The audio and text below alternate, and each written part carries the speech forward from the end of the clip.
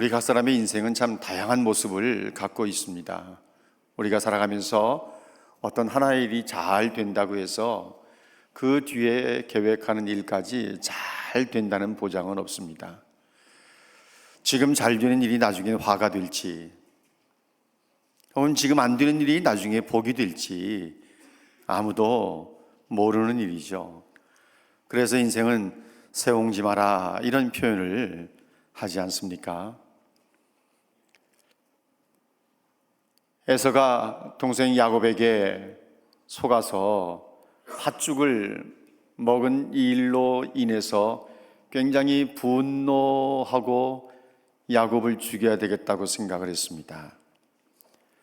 팥죽을 먹으면서 장자권을 넘겨주었기 때문에 동생이 자기를 속였다고 생각하고 야곱을 죽이려고 하는 마음을 품은 것을 그 어머니 리브가가 눈치를 채고 남편 이삭에게 이야기하고 둘째 아들 야곱에게 이야기하면서 너 바단 아람에 있는 외삼촌 라반의 집에 가서 있어라. 내 형의 분노가 좀 수그러들면 너를 다시 부르겠다. 그래서 야곱이 외삼촌 집에 가서 몸을 피하게 됩니다. 그런데 야곱도 몰랐고 리브가도 몰랐던 한 가지 사실은 리브가가 아들 야곱의 얼굴을 다시 보지 못할 수도 있다는 것은 몰랐습니다. 야곱도 외삼촌의 집에 가서 머물면서 어머니 얼굴을 다시 보지 못하게 될 것이라고 하는 것을 야곱은 몰랐습니다. 17살에 애굽의 노예로 팔려간 요셉이 나이 30이 되었을 때에 애굽의 총리가 될 줄 누가 알았겠습니까? 바벨론에 포로로 끌려간 유다의 귀족 출신인 다니엘이 바벨론의 총리가 될 줄 누가 알았겠습니까?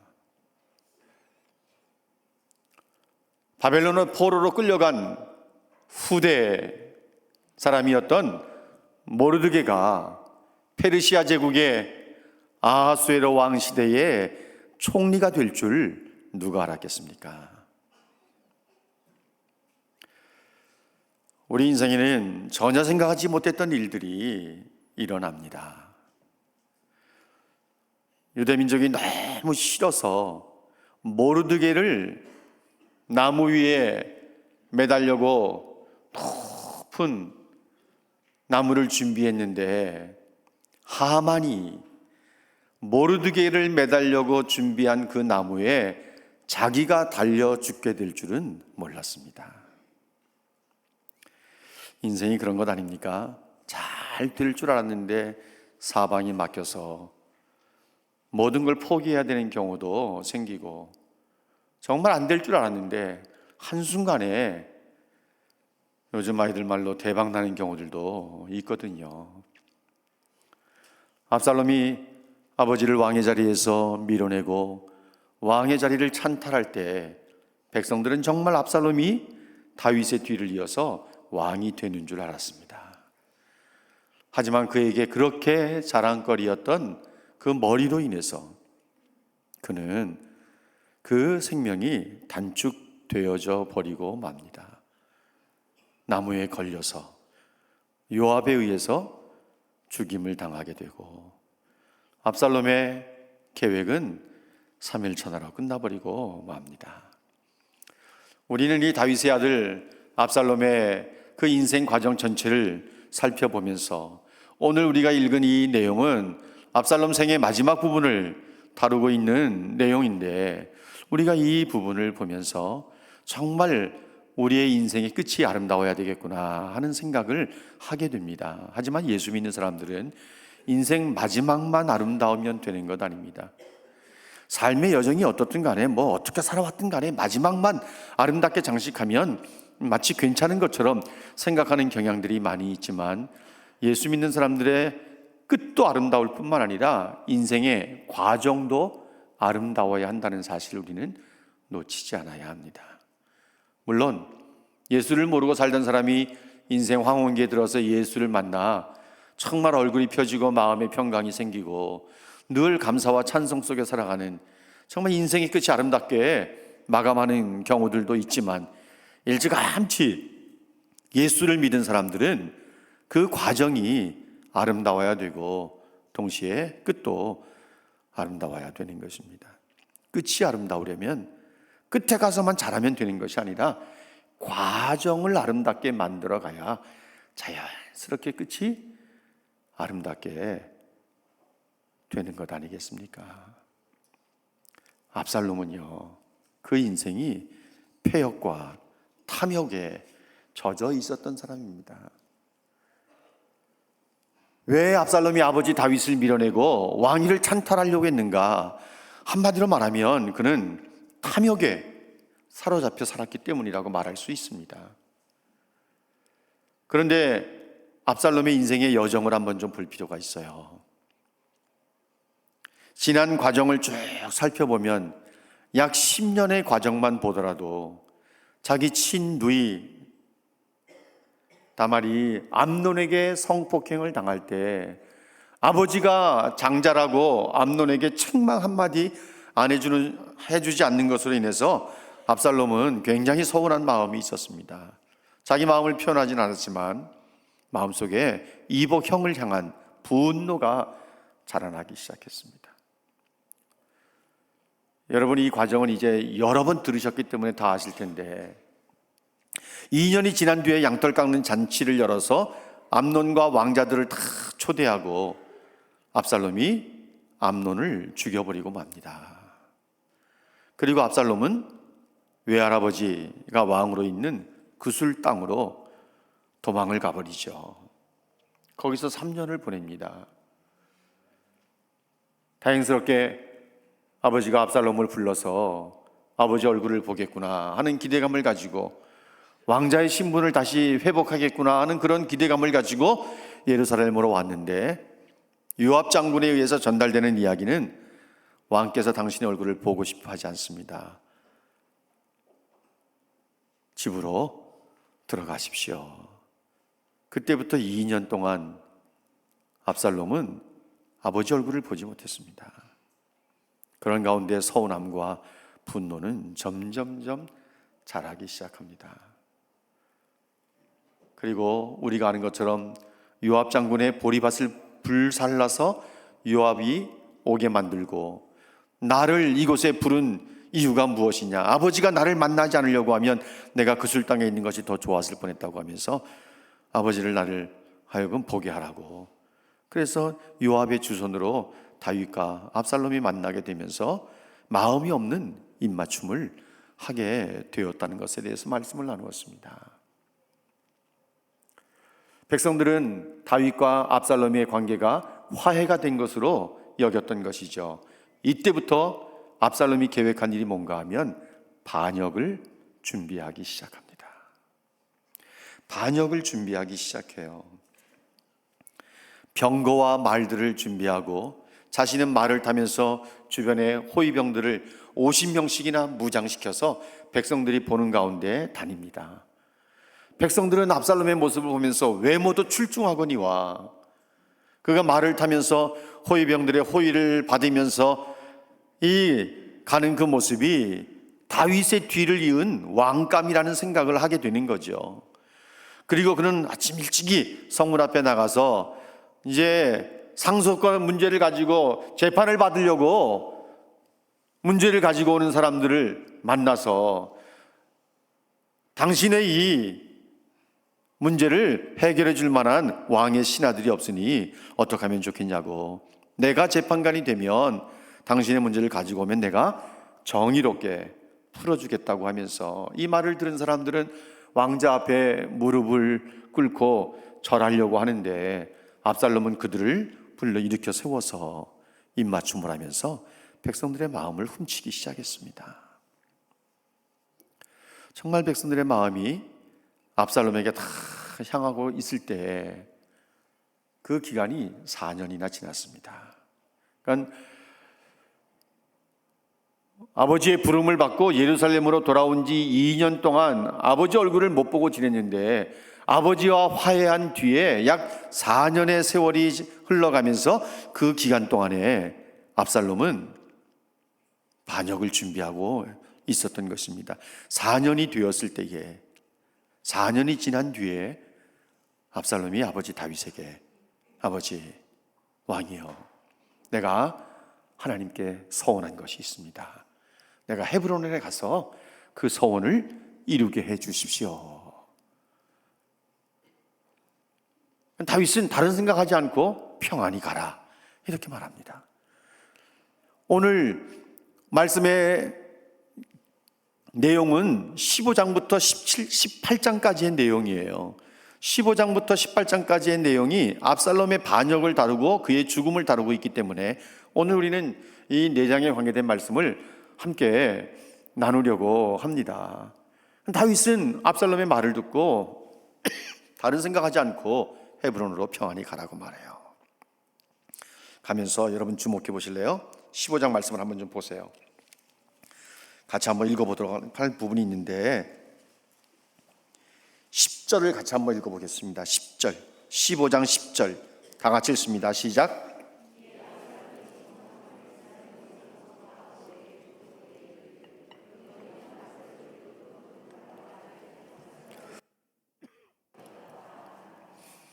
사람들에게 압살롬이 뭐라고 이야기했는가 하면 압살롬이 헤브론에서 왕이 되었다라고 소리치게 만들었어요.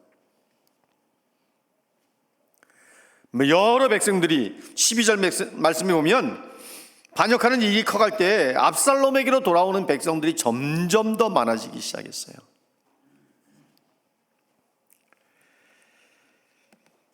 이 내용을 우리가 가만히 보면 압살롬은 은혜를 모르는 사람이에요. 부모에 대해서 배역한 일을 저지르고 탐욕에 사로잡혀 있는 사람이었어요. 옥스퍼드 주석에서는 압살롬의 패역과 이 배반, 패륜, 이것으로만 문제의 원인을 볼 수 없다. 다윗의 우유부단함, 그리고 압살롬의 패륜과 탐욕에 의한 사건이다라고 이야기했습니다. 아놀드라고 하는 신학자는 말하기를 압살롬의 이것은 교만함이 가져온 사건이다라고 이야기하기도 했습니다. 누군가가 다윗에게 이 소식을 알려줍니다. 압살롬이 헤브론에서 왕이 되었습니다. 이 이야기를 들을 때 다윗은 가족들과 신하들에게 서둘러서 피난길에 오르자고 합니다. 그래서 피난길을 떠나요. 왜 다윗은 압살롬을 진압할 생각을 하지 않고 왜 서둘러서 피난길에 오르려고 했을까? 이상한 부분이기도 해요. 왜냐하면 다윗이 머무는 이 예루살렘 성은 산지에 있기 때문에 쉽게 정복할 수 없는 난공불락의 요새와도 같은 곳이에요. 그런데 다윗이 서둘러서 피난길에 올라요. 더구나 다윗과 함께하고 있는 신하들은 백전노장들이에요. 전쟁 영웅들이에요. 주군을 위한 것이라고 하면 목숨을 내놓는 사람들이 다윗의 신하들이에요. 그런데 이상하게 다윗이 피난길에 올라요. 왜 그랬을까요? 알면 좋지만 몰라도 괜찮아요. 여기서 들으면 되니까. 왜 그랬냐면 나단 선지자를 통해서 다윗에게 하나님께서 징계를 하시면서 뭐라고 말씀하셨는가 하면 내 집에 재앙이 임하게 될 거다. 피 흘림이 계속될 거다. 다윗은 압살롬이 반역을 일으킨 것이 하나님의 재앙이라고 본 거예요. 그래서 압살롬의 이 반역의 군대를 진압할 생각을 하지 않았던 것입니다. 왜? 하나님의 재앙을 자기가 받아들이겠다는 거예요. 그래서 서둘러서 피난길에 오릅니다. 서둘러서 피난길에 올라요. 하나님의 징계로 보면서 압살롬을 진압할 생각하지 않고 신하들과 가족들과 함께 피난길에 오르게 되는 거죠. 그런데 여러분 보십시오. 아무리 인간의 계획이 완벽해도 하나님이 허락해 주셔야만 일을 이룰 수 있는 거예요. 아무리 많은 계획을 세웠다 하더라도 아주 철저할 정도로 섬세한 부분까지 하나하나 체크해 가면서 준비를 했다 하더라도 하나님이 허락하셔야 돼요. 성경은 뭐라고 말합니까? 참새 한 마리 땅에 떨어지는 것도 하나님이 허락하셔야 된다 그랬어요.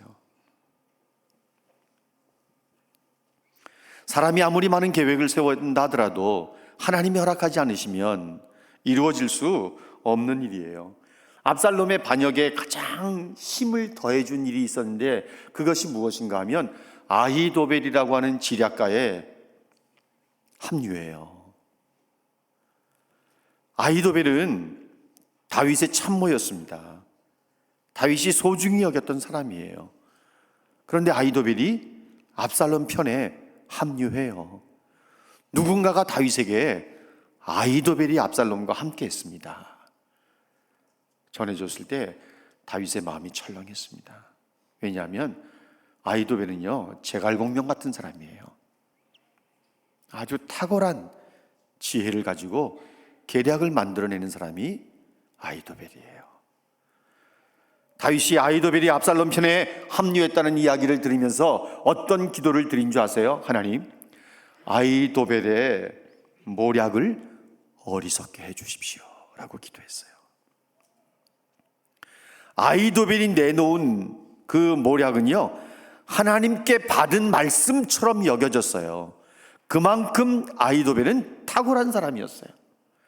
그러니까 아히도벨이 압살롬과 합류했다는 이야기를 들으면서 다윗이 겁이 생겼던 거죠. 아히도벨의 모략을 어리석게 해달라고 그렇게 하나님 앞에 기도할 수밖에 없었던 거예요. 사무엘하 16장 23절 말씀에 보면 아히도벨에 대한 이야기가 여기에 등장하고 있습니다. 아히도벨이 내놓는 이 모략은요, 마치 하나님께 받아서 내놓은 하나님 말씀과 같은 정도로 아주 흠이 없을 정도로 완벽했어요. 다윗도 그렇게 여겼고 압살롬도 그렇게 여겼고 믿을만 했던 거죠.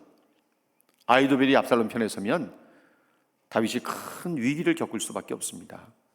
그런데 이때 다윗 쪽에서는 누가 있었는가 하면 후세라고 하는 다윗의 친구요, 또 다른 지략가가 있었습니다. 후세가 다윗을 영접하기 위해서 나왔을 때 다윗이 뭐라고 이야기하는가 하면, 너는 압살롬에게 거짓으로 항복해서 압살롬을 돕도록 해라. 그러면서 너는 아히도벨이 내놓은 계략을 무력화시켜라. 그래서 후세가 압살롬 편에 선 것처럼 그 반역에 합류합니다. 그러면서 아히도벨과 후세의 이 머리싸움이 진행이 되는 거예요.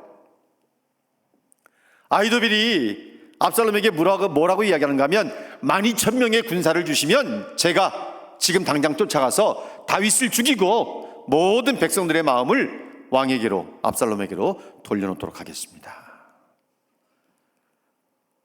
그러니까 사람들은 아히도벨의 말을 듣고 후세의 말도 한번 좀 들어보자, 압살롬도 그렇고 압살롬의 사람들도 그렇고 후세의 말을 듣기를 원했습니다.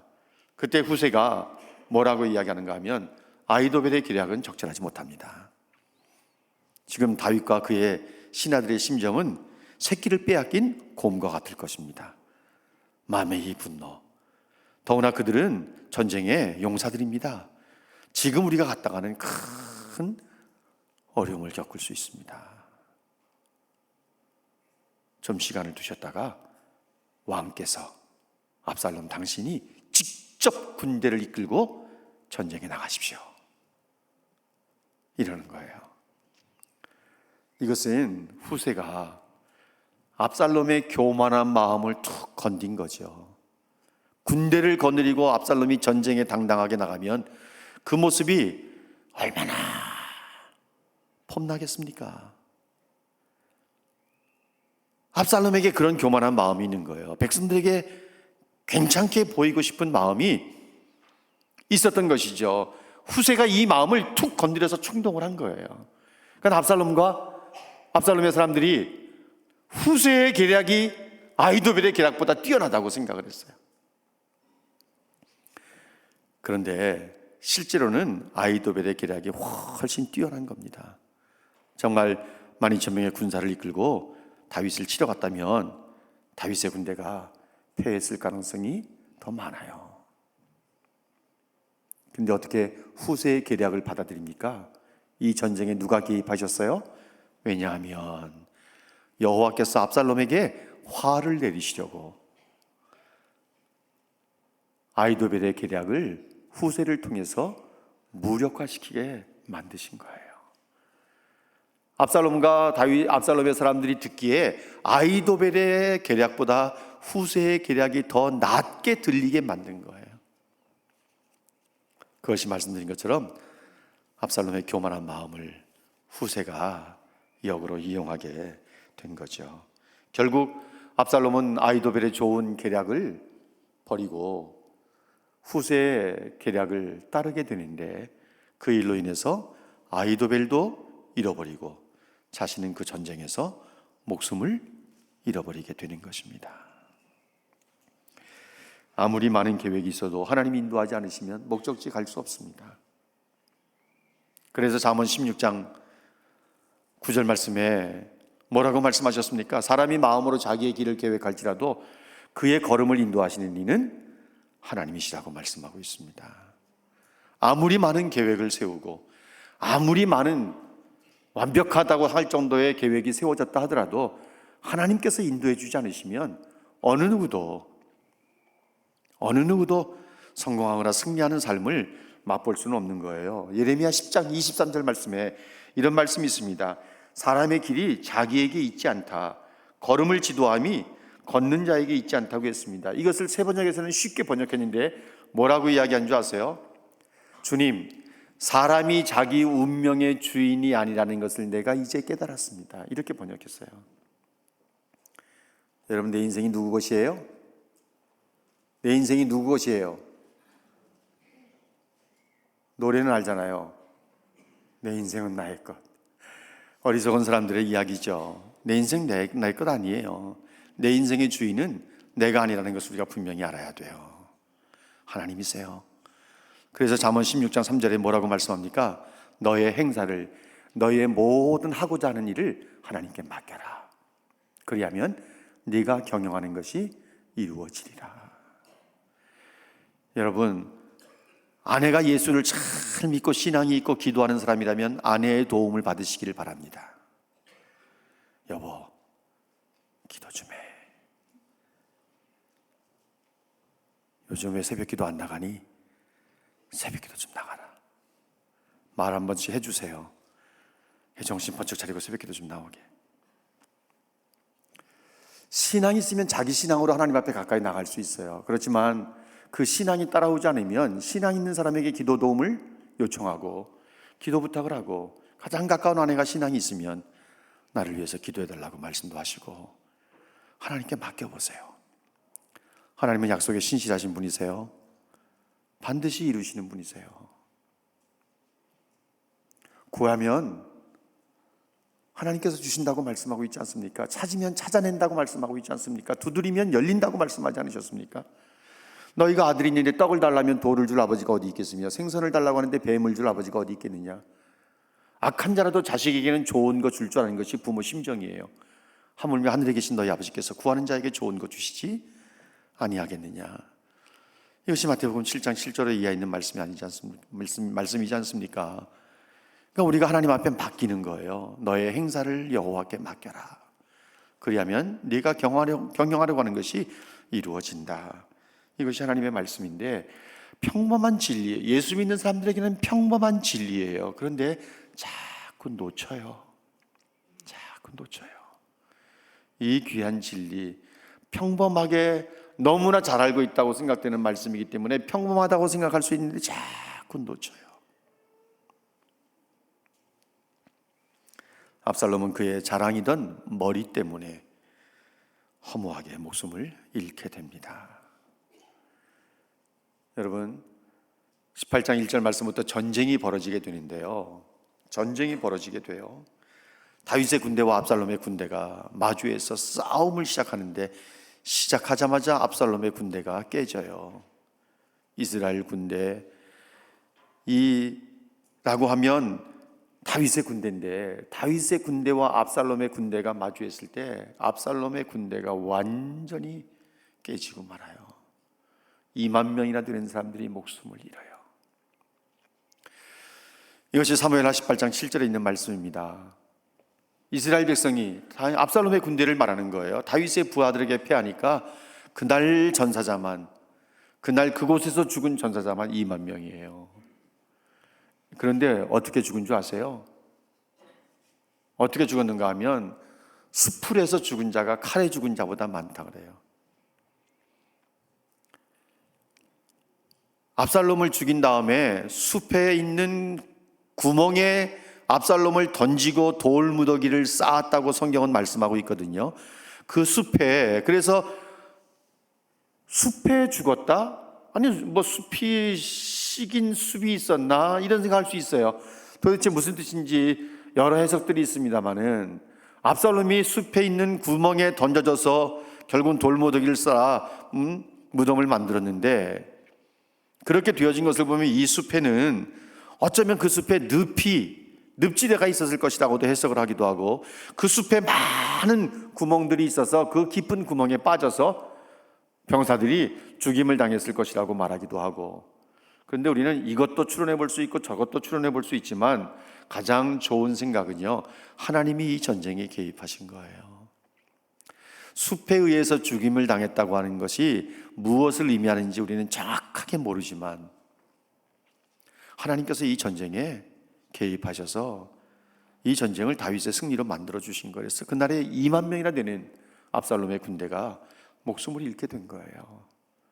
마치 애굽의 군대가 출애굽하는 이스라엘 백성들을 추격해 왔다가 홍해에서 다 수장돼 버리고, 아니 이스라엘 백성들은 다 건너가자마자 양쪽에 벽으로 돼 있던 그 홍해의 바닷길이 다시 모세가 지팡이를 들면서 사인할 때 이 물이 합쳐져 버리고 말았지 않습니까? 그러니까 하나님은 자연을 이용해서 하나님의 백성들을 도우실 때가 참 많이 있어요. 먼 훗날에 일어날 일이지만 다윗의 입장에서 볼 때는 히스기야가 왕이 되었을 때 아수르 사네립의 군대 18만 5천 명이 쳐들어와서 예루살렘을 정복하고자 했을 때 하나님께서 히스기야의 눈물의 기도와 이사야 선지자의 눈물의 기도를 들으시면서 압살롬의 이 사네립의 군대 18만 5천 명을 하룻밤 사이에 전멸시키지 않았습니까? 그것을 우리는 전염병으로 죽었다고 하는 해석에 가장 많은 비중을 두고 있습니다. 하나님께서 당신의 백성들을 도우실 때 자연을 이용하시는 경우들이 참 많아요. 그래서 이 압살롬의 군대도 2만 명이나 되는 사람들이 그날에 목숨을 잃게 된 것입니다. 왜 동족임에도 이렇게 싸우는 것입니까? 소수의 탐욕 때문에 많은 사람들이 목숨을 잃어요. 러시아와 우크라이나 전쟁도 역시 마찬가지 아닙니까? 마찬가지 아니겠습니까? 소수 몇 사람의 탐욕 때문에 수많은 젊은이들이 목숨을 잃어요. 우리는 믿고 싶지 않는 전쟁이 지금도 지구촌 곳곳에서 일어나고 있어요. 압살롬과 이 전쟁은 하나님이 개입하셔서 하나님이 도우신 거예요. 압살롬은요, 여러분 이상하죠? 압살롬이 어떻게 이 전쟁의 노새를 타고 왔을까? 노새가 아무리 빨라도 말보다 더 빠를까? 이런 생각할 수 있는데, 노새를 타고 왔다가 도망을 치는데 큰 상수리 나무 가지가 이렇게 밑에까지 쭉 뻗어 있었던 거예요. 그런데 이 압살롬의 머리가 상수리 나무에 걸린 거예요. 이전 개역 성경에는요, 머리털로 번역이 되었는데 우리가 가지고 있는 성경은 머리로 번역이 됐어요. 압살롬의 머리가 그 상수리 나무에 걸림에, 머리털이 그 상수리 나무에 걸림에, 이전 성경을 그렇게 번역을 했는데 우리가 이 내용을 보면, 그래서 지금도 이 해석이 머리털이 걸렸다, 이 압살롬의 머리가 걸렸다, 이런 해석들이 나오고 있습니다. 사실은 이런 해석이든 저런 해석이든 다 우리에게 주시는 교훈들이 있는데, 아니 어떻게 목이 걸렸다 하더라도, 머리가 걸렸다 하더라도 거기서 못 빠져나올까? 이럴 수는 있어요. 원래 압살롬의 머리는 땅끝까지 닿을 정도로 치렁치렁한 머리였고 굉장히 윤기도 있고 그것이 여성들에게 매력적으로 보였었는데, 노새를 타고 가면서 머리가 말려가지고 나무에 말려서 대롱대롱 걸려 있었다고 하면 훨씬 더 실감이 날 수 있는데, 머리가 걸렸다 이렇게 보면, 그러면 그 큰 상수리 나무의 가지에 걸렸다고 말하고 있는데, 이 가지는 어떤 모형이었을까?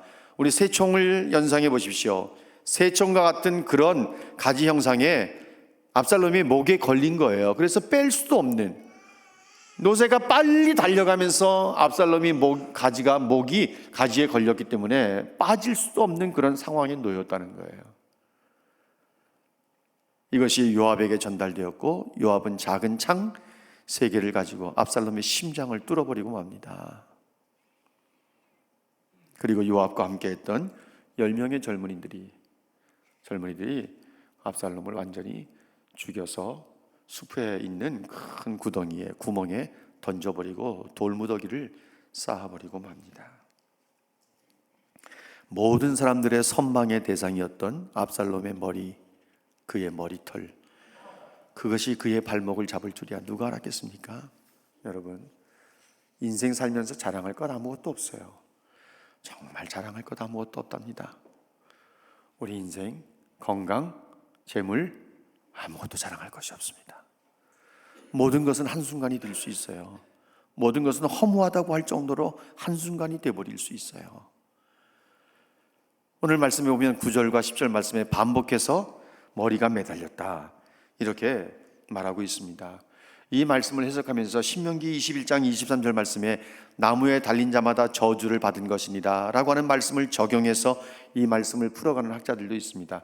압살롬은 하나님의 저주가 임해서 그 상수리 나무에 걸려서 결국은 목숨을 잃게 된 것이라고 보는 거죠. 압살롬의 죽음을 하나님의 저주로 보는 것입니다. 여러분, 압살롬은요, 이런 일이 생길 것을 알았을까요? 살아있을 때 자기를 위해서 비석을 먼저 세워요. 기념비를 먼저 세워요. 아들이 없었기 때문에 기념비를 먼저 세우는 것처럼 이렇게 말씀하고 있습니다. 그런데 압살롬에게는 3 아들이 있었습니다. 그들이 다 일찍 죽어요. 그래서 이 전쟁을 치를 때 아들이 없었고, 자기를 위해서 비석 하나 세워줄 아들이 없다고 생각하니까 자기가 비석을 먼저 만들어 놓은 것이죠. 그것이 무덤에 세워질 줄이야 누가 알았겠습니까? 물론 그 비석은, 그 기념비는 왕의 굴짜기에 세워지게 되는데, 압살롬의 마지막이 이렇게 처참하게 끝을 내게 될 줄이야 누가 알았겠습니까? 여러분, 17장에, 사무엘하 17장에 있는 말씀에 보면 아히도벨이, 압살롬과 합류했던 아히도벨이 자기의 계략이 채택되지 못하고 후세의 계략이 채택되는 것을 보면서, 이 전쟁에 하나님이 돕지 않으시는구나, 아히도벨이 깨닫습니다. 그리고 압살롬 곁을 떠나서 고향으로 돌아가서 자기 집에 이르러 스스로 집을 정리하고 스스로 목매어 죽는 극단적인 선택을 하고 맙니다. 아비에셀은 자기의 길이 잘못됐다는 것, 자기의 선택이 잘못됐다는 것, 이 전쟁에 하나님이 다윗을 돕고 있다는 사실을 아히도벨이 깨닫지 못했을 리가 없는 것이죠. 사랑하는 여러분, 예수 믿는 사람들의 인생의 끝이 아름다워야 합니다. 그만큼 중요한 건 뭔가 하면 인생의 과정이 아름다워야 합니다. 끝만 아름다우면 뭐 과정은 어떻게 살았든 관계없다, 마지막만 아름답게 살면 되는 것처럼 세상 사람들은 그렇게 말하지만, 일찌감치 예수를 믿은 사람들은 여러분의 인생의 이 과정을 아름답게 만들어 가시기를 바랍니다. 하나님을 인정하고, 범사의 하나님을 인정하고, 내 인생의 주인이 내가 아니라 하나님이신 것을 인정하고, 여러분의 삶을 하나님께 맡기고, 그분이 우리의 삶을 인도해 가실 것을 믿으면서 살아가면, 우리의 삶의 목적인 하나님께서 우리를 창조하신 목적, 하나님의 이름을 높여드리게 될 줄로 믿습니다. 여러분 평생에 가장 잘한 것이 뭐라고 생각하세요? 그래도 아내를 기쁘게 하기 위해서 와이프를 선택한 거예요. 뭐 이렇게 말해야지.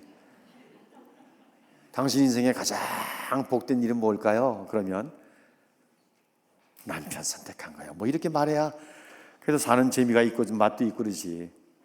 근데 이제 신앙적으로 우리가 이야기한다면, 나의 평생에 가장 가장 복된 일은 뭐예요? 예수 만난 거예요. 정말 가장 잘한 것은 예수를 주님으로 섬기게 되는 거죠. 그러면서 우리가 지금까지 살아오지 않았습니까? 우리의 남은 길도 주님께서 인도해 가실 것을 믿고 오직 그분만을 인정하고 그분께 모든 걸 맡기고 믿음으로 여러분의 삶을 살아내실 수 있기를 주님의 이름으로 축복합니다.